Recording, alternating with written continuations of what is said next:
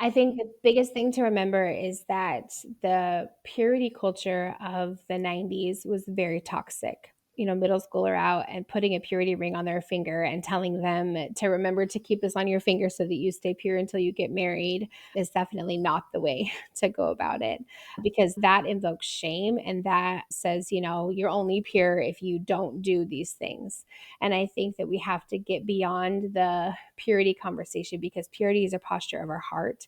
It has nothing to do with our body. And so I think being able to talk to your child, middle schooler, preteen about the choices that they've made or the choices that they're going to make, and just let them know that as a Christian, as a Christ follower, we want you to keep your heart pure. And if your heart is pure, then typically your body would follow with that. But we want make you to make good decisions that honor God and honor God's plan for your life and for your body.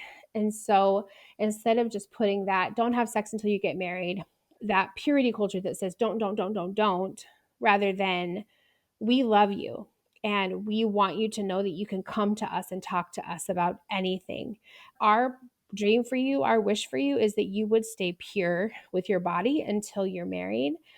But if for some reason that doesn't happen, you can tell us, because I think that the shame can be so great, especially if you're growing up in a Christian home or a home that is very religious, is that I can't tell anybody what I've done because I'm not going to be accepted, or I'm going to be discarded or be thrown out because of what I've done.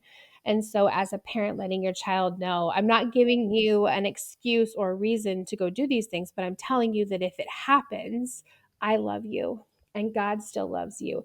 And if you have accepted Christ and you are in Christ, that you're not going to want to make those decisions. But if that does happen, there's forgiveness.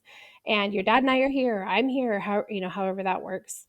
But I think that's the biggest thing, is that not to just throw a purity band-aid on it and say, don't have sex until you're married.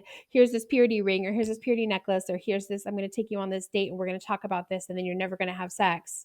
Because that's not how the world works. You have to let them know that why do I want to stay pure? Why do I want my heart to be pure, and why do I want my body to be pure? Why do I want to do that? And so that conversation has to start there.